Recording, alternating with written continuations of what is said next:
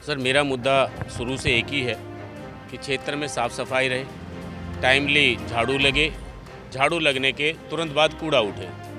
ये सिंपल एक प्रोसीजर है। कितने रुपए रेडी लेते हैं? खर्चा मांगता है तो देता है, गिरने के लिए नहीं देता है तो नहीं गिरने देता है। कितना मांगता है? 500 रुपये मांगता है पर रेडी हाँ। कौन लेता है? यहाँ का जो इंचार्ज है वो लेता है। ऑटो टिपर कंपनी को कूड़ा उठाने के पैसा देते हैं, वही पैसा प्राइवेट रेडिया लेके आती है। इनको तो फ्री का कूड़ा मिल गया ना। कंपनी है जिनको कॉन्ट्रैक्ट दिया हुआ है, उसमें कहीं ना कहीं जो अधिकारी हैं वो भ्रष्टाचार फैला रहे हैं। आप काम पे नहीं बोल सकते। भारतीय जनता पार्टी को काम पे सुनना पसंद नहीं है। उनको कोई, आपने पूरी दिल्ली को नर्क बना दिया है। अगर अधिकारी और चेयरमैन भूपेंद्र दहिया के साथ इन्वॉल्वमेंट नहीं है तो 100% उस पर कार्रवाई करेंगे।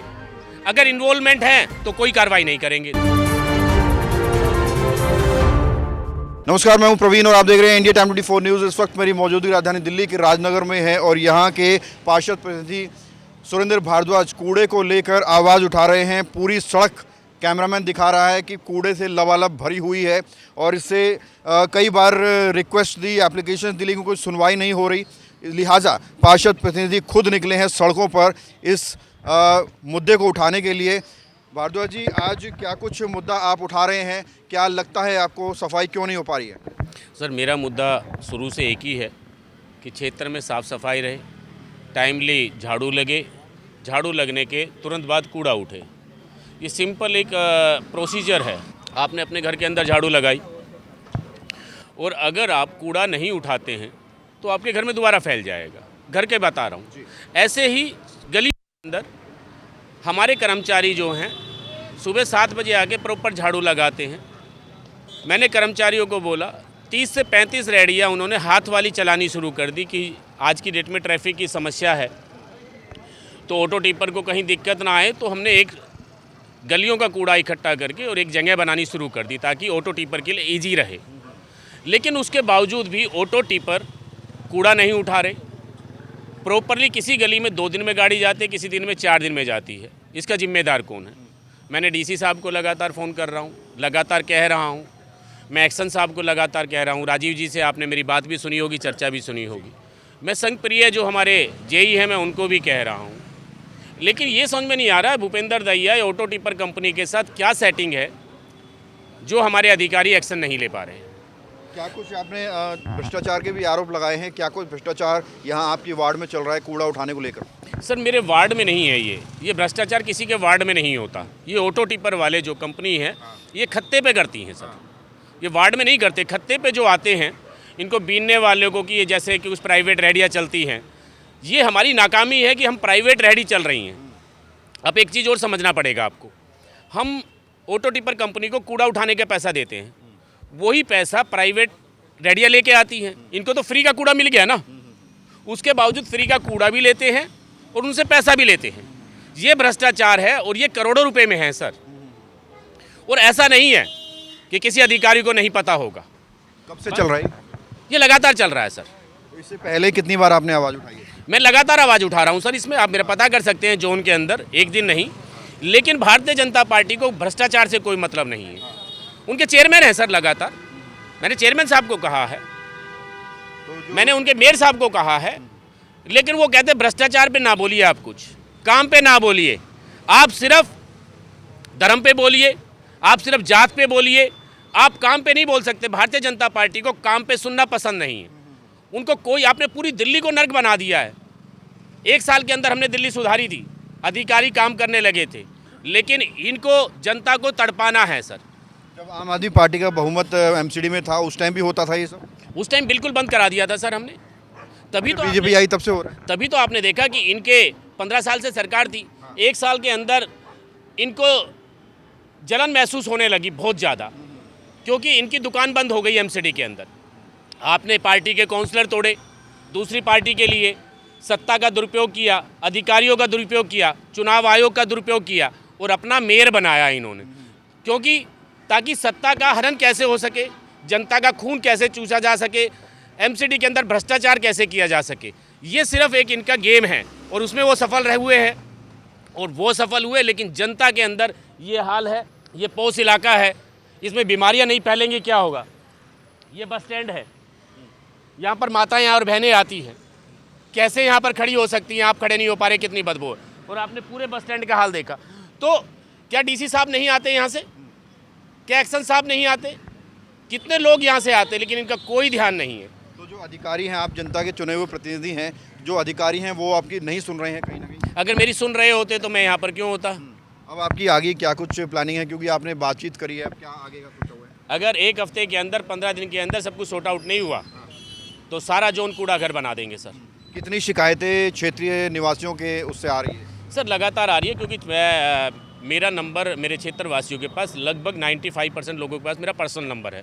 वो डेली मुझे कॉल करते हैं कि सर आज मेरी गली में गाड़ी नहीं आई, भाई साहब आज मेरी गली में गाड़ी नहीं आई, आज यहाँ से कूड़ा नहीं उठा। और मेरी पर्सनल पूरी टीम घूमती है कि चाहे सर छोटू राम मार्ग हो, चाहे गुरुद्वारा रोड हो, चाहे जाट धर्मशाला रोड हो, कि भाई यहाँ से कूड़ा नहीं उठाया, यहाँ से कूड़ा नहीं उठाया। मेरी पूरी टीम जाती है, हम बार बार फ़ोन करते रहते हैं, पूरे दिन लगे रहते हैं।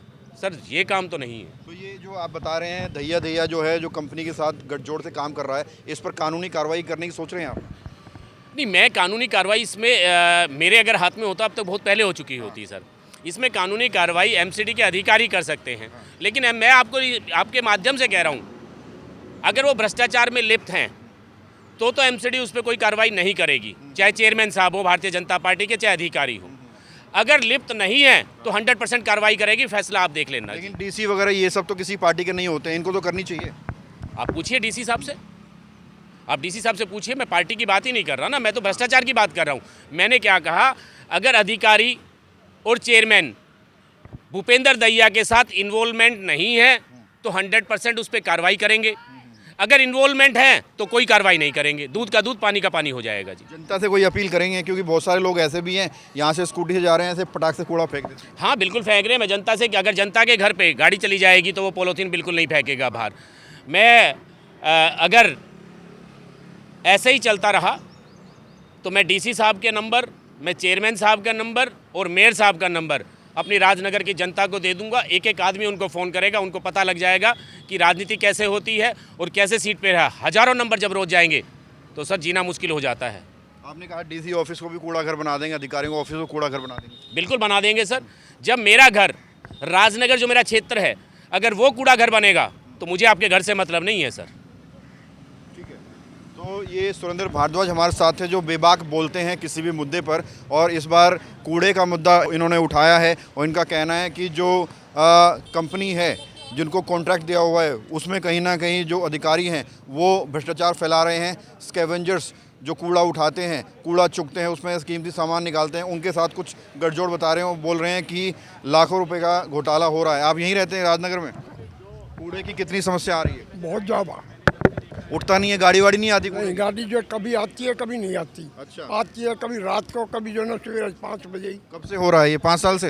हाँ, काफ़ी दिनों से यही चल रहा है धंधा। हाँ, तो कितनी परेशानी हो रही है? हमको तो बहुत भारी परेशानी है। नंबर 2 बात ये है, झाड़ू वगैरह लगाएंगे, कूड़ा वहीं छोड़ देंगे, वो आगे उठता ही नहीं। आप भी यहीं रहते हैं सर? हाँ जी, झाड़ू वाड़ू लग रही है समय पर? झाड़ू भी लग रही है समय पर। वही बात जो भाई साहब ने कहा है कि झाड़ू लगा के इकट्ठा कर देगा, फिर वो हवा आएगी चल के वो नाली में बंद हो जाएगा। अगर कूड़े की गाड़ी टाइमली उसको उठा लें तो ये हमारे को समस्या ना हो, ना नाली भरे, ना कुछ और दूसरी समस्या हो। डेली की डेली गाड़ी अगर आती है तो जो राजनगर में जो कूड़ा कोने कोने पे ढेरी लगाए जाते हैं, ये ढेरी उठती रहेंगी और साफ सुथरा रहेगा। और यही चीज़ जब गाड़ी वाड़ी नहीं आ रही है घरों के सामने? आती है, कभी आती है कभी नहीं आती है, टाइम भी ऐसे ही है, अपनी मर्जी का। कब से हो रहा है? शुरुआत से ही हो रहा है? ये शुरुआत से ही चला रहा, कुछ दिन तो ठीक चला था, बाकी बीच में जो है फिर अब ये ऐसे ही हो गया है। क्योंकि अब ये जब अंदर गाड़ी नहीं जाएगी तो हर आदमी अपने घर कूड़ा तो नहीं रखेगा, वो पॉलीथीन में भरेगा, बाहर निकलते ही वो राजनगर के सेक्टर 8 और 7 के बीच में जहाँ भी दिखाई देता रोड के किनारे फेंक देता। आपने देखा हो कि चारों तरफ रोड के किनारे कूड़ा ही कूड़ा फेंका हुआ है। ये समाज के लिए या जनता के लिए उचित नहीं है, इससे बीमारी फैलने का खतरा होता है। और जो भी पानी नाली में जाएगा वो कूड़ा, तो नाली में जाएगी, बदबू होगी। तो ये अच्छी हाइजीनिक तौर पे समाज हित में या हर इंसान की तंदुरुस्ती के लिए जो उचित नहीं है। इसीलिए मैं चाहूँगा कि ये गाड़ियों का निरंतर आना जाना शुरू होना चाहिए। कोई भी कूड़ा भाई रोड पे कहीं भी पड़ा हुआ नहीं होना चाहिए। क्या नाम है सर आपका? ऋषि नाम है जी। सर क्या कहें, कितनी समस्या आ रही है कूड़े को लेकर, और आपके पार्षद खुद सड़कों पर उतर चुके हैं इस मुद्दे को लेकर। आपको लग रहा है कि पार्षद के हाथ से जो है अधिकारी निकल चुके हैं, वो अब सुन नहीं रहे हैं? हाँ जी बिल्कुल, पार्षद के हाथ से निकल चुके, वो बीजेपी के अंडर में है। और हर रोज ये झाड़ू वाला भी बीच बीच में कट मारते हैं यार, गाड़ियाँ तो रोज आती ही नहीं है जी। अच्छा, ठीक है, कूड़े की ढेरी पड़ी रहती है, फिर पूरे दिन वो उड़ के इधर उधर हो जाता है। हाँ जी, कूड़े का कोई वो नहीं है जी। हाँ, और ये साल भर से हो रहा है जी। ये देखिए कूड़े का डंपर आया है, और कूड़े का डंपर कहाँ लेकर जाएगा इस कूड़े को, ये देखते हैं।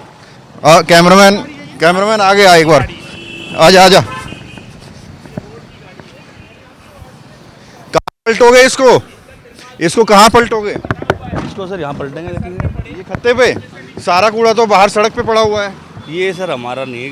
किसका है ये? नहीं, आपका नहीं है ये कूड़ा, आपकी तो ड्यूटी कूड़े उठाने की है ना भैया, पूरे नजफगढ़ जोन की है। मैं आपके घर का तो कूड़ा है ही नहीं, मेरे घर का भी नहीं है, और आपका भी और मेरा भी कूड़ा है। ये कैसे कह सकते हैं? हमारा तो सर आपके राजनगर में से ला रहे हैं कूड़ा ये। नहीं, मेरे राजनगर में से लेके आ रहे हो। अगर मेरे राजनगर गाड़ियाँ जाती नहीं है गलियों में। अब सर देखो हमारे जो मेरे पास गली हैं, मैं आप सर्वे कर लो। आपकी बात नहीं सर्वे कर रहा हूँ, आपका तिरपाल फटा हुआ है। आपका यहाँ से एक चीज सुनिए, ये दिख रहा है पूरा नीचे पड़ेगा तो फिर क्षेत्र में गंदगी फैलेगी,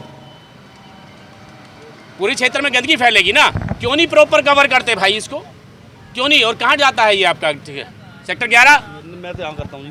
सेक्टर 11 कितनी गाड़ी जाती है? अब सर इसका तो मुझे नहीं पता, आप सुपरवाइजर बात कर लो। कहाँ है सुपरवाइजर? आपका है ही नहीं ना, राम भरोसे आपका चल रहा है। मेरा तो मेरी गाड़ी तो यही खाली होती है। सुपरवाइजर क्या नाम है? सचिन नाम है जी। सचिन तो राम भरोसे है ना, सचिन तो पैसा लेने में लगा रहता है प्राइवेट लोगों से। मेरी गाड़ी तो जी यहाँ किसी से पूछ लो, ये कई बंदे मेरे को जानते भी होंगे, तो मेरी गाड़ी प्रॉपर जाती है। जानना ना पहचानना नहीं है, हमारा अपना काम चाहिए हम लोग। हमें प्रॉपर गाड़ी जाती है आप और डेली जाती है। आप अपना इसको चेंज कीजिए, ये लोगों पे गंदगी नहीं पड़नी चाहिए। आप देखिए क्या ना परवीन भाई कि यहाँ पर क्या हाल है, बीच में फटा हुआ है, ऐसे गिरता है तो झाड़ू मारने का फायदा क्या हुआ? बाकी सर आप जो मेरे पास गली है आप सर्वे करवा दो, कभी भी ओके मिलेगा आपको। सर्वे करा, अगर शिकायत नहीं आती तो मैं यहाँ कोई खड़ा होता नहीं सर, हम अपनी कह सकते हैं खाली, और देखो दूसरे नहीं कह सकते। पागल तो नहीं होऊंगा आप हमारे लिए मैं पागल तो नहीं होऊंगा, ये लोग इतने सारे आ रखे हैं, ये पागल तो नहीं है। देखो अगर आपकी प्रॉपर गाड़ी चलती तो हम यहाँ क्यों आते? सर मैं तो देखो प्रॉपर ले जाता हूँ, ये 22 को बताइए कौन सी नंबर गाड़ी है आपकी गली? बताइए। ये 60-15 नंबर है गाड़ी। 60 बताइए आप। 10 नंबर के लिए देखो सामने खड़े हैं यादव साहब, हाँ, उनको भी पता मेरी गाड़ी डेली जाती है, तकरीबन गाड़ी मेरी डेली जाती है। तकरीबन जाती है ना, मतलब ऐसा बात नहीं तो है यही ना, तकरीबन वाला है। अब तकरीबन में तो कोई है ही नहीं ना, एक दिन में जाएगी, 2 दिन में जाएगी, 4 दिन में जाएगी। 4 दिन में डेली जाती है, पर सच कभी एक आध सच दिन जो होता है कभी वो जाता निकलता है कि तकरीबन जा रही है गाड़ी, तो यही तकरीबन पे लड़ाई है हम लोगों की। आप जब डेली पैसा लेते हो डेली जाएगी सर। अरे देखो कभी कभार वाली बात तो अलग है, नहीं तो डेली उठती है, डेली भी उठती है। आपका कभी कभार और ठीक है। तकरीबन भैया और डेली क्यों नहीं आपके- उठेंगी? सुनो नहीं, डेली ही उठती है सर। क्यों? चलो अभी 10 नंबर गली में अगर डेली उठी हो तो अभी सर 10 नंबर अभी में चलो नहीं गया। 10 नंबर गली पे। 10 नंबर गली में भी गए नहीं है। अब अच्छा। जाएंगे, कब आप जाओगे? लोगों से पूछ रहे हो ना क्या कभी। टाइम हो रखा है?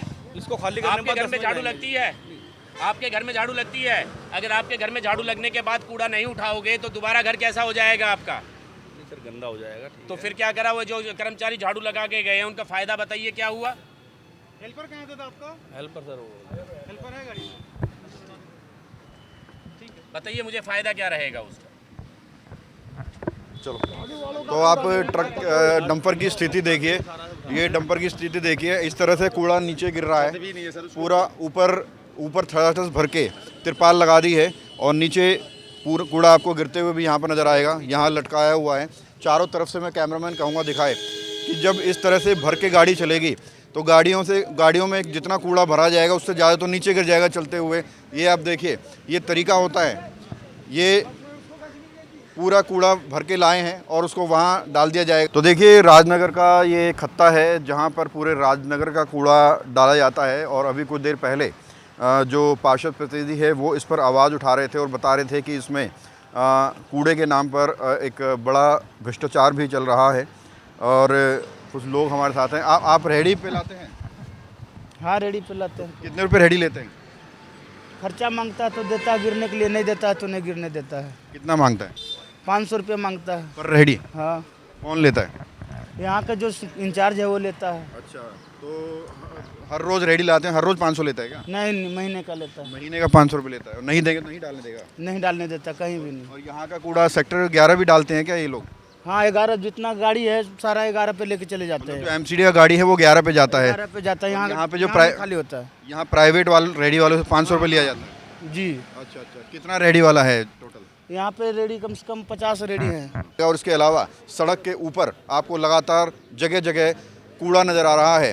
कूड़े का खत्ता तो एक है, लेकिन यहाँ पर पूरी सड़क के ऊपर अलग अलग जगहों पर कूड़े के खत्ते बनाए हुए हैं।